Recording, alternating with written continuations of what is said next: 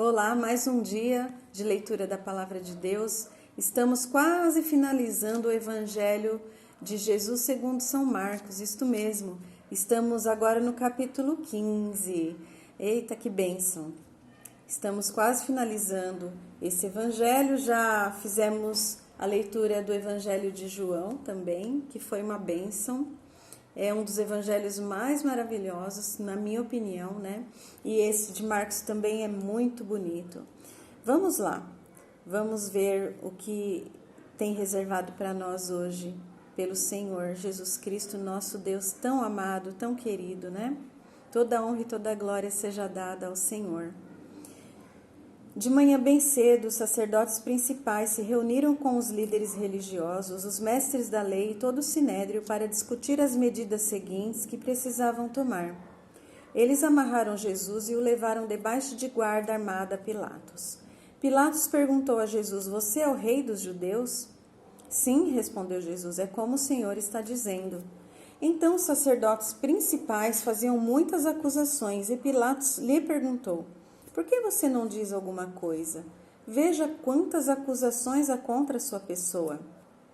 Mas Jesus não disse mais nada para o espanto de Pilatos. Por ocasião da festa da Páscoa, era costume soltar um prisioneiro a pedido do povo. Um dos presos chamava-se Barrabás, condenado juntamente com outros por assassinato durante uma revolta.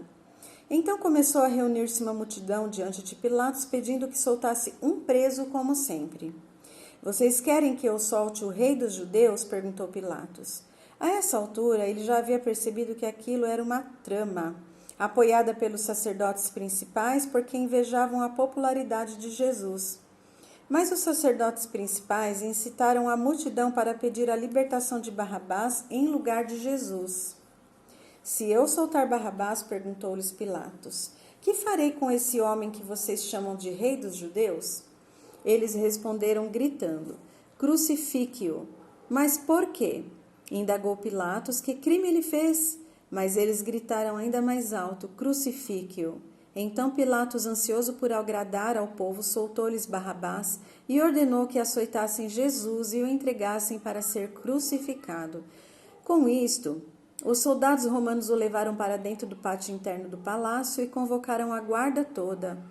Vestiram Jesus com um manto de púrpura e fizeram uma coroa de espinhos e a puseram na cabeça dele.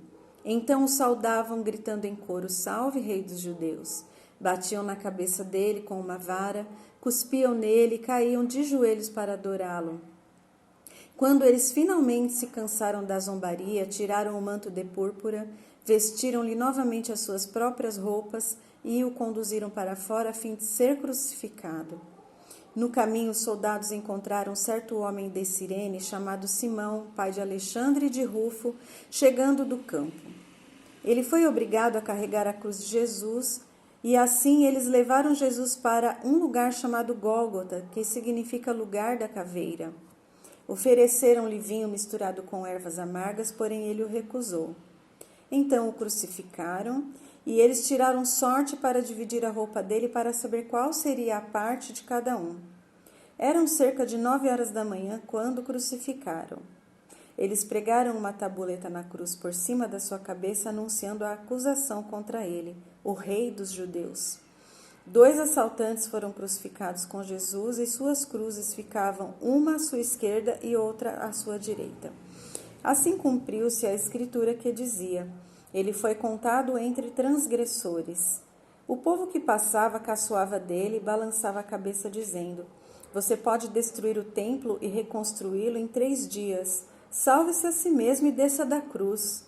Os sacerdotes principais e os mestres da lei também zombavam de Jesus e diziam: "Ele salvou os outros, mas não pode se salvar. Seu Messias, seu rei de Israel, desça da cruz e nós creremos em você."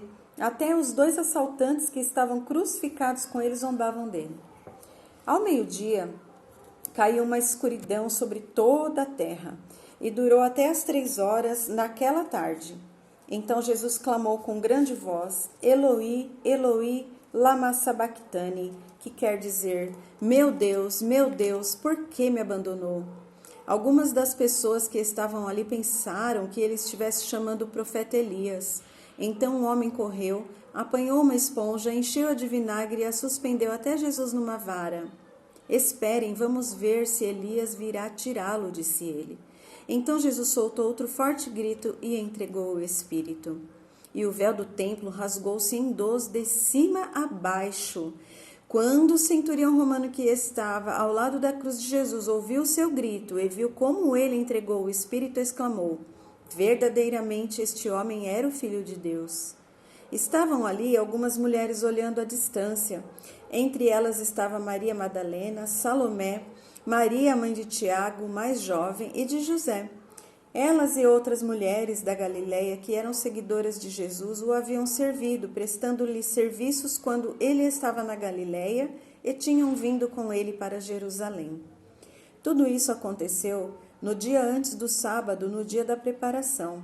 No fim daquela tarde, José de Arimateia, um membro do Sinédrio muito respeitado, que pessoalmente estava aguardando a chegada do reino de Deus, tomou coragem e foi a Pilatos pedir o corpo de Jesus. Pilatos não podia acreditar que Jesus já houvesse morrido e por isso chamou o centurião romano encarregado para lhe perguntar. O centurião confirmou o fato e Pilatos disse a José que ele podia levar o corpo. José comprou um lençol de linho, desceu da cruz o corpo de Jesus, envolveu-o no lençol e o colocou num sepulcro aberto na rocha. Depois rolou uma pedra para fechar a entrada do sepulcro. Maria Madalena e Maria, mãe de José, estavam observando enquanto ele era colocado ali.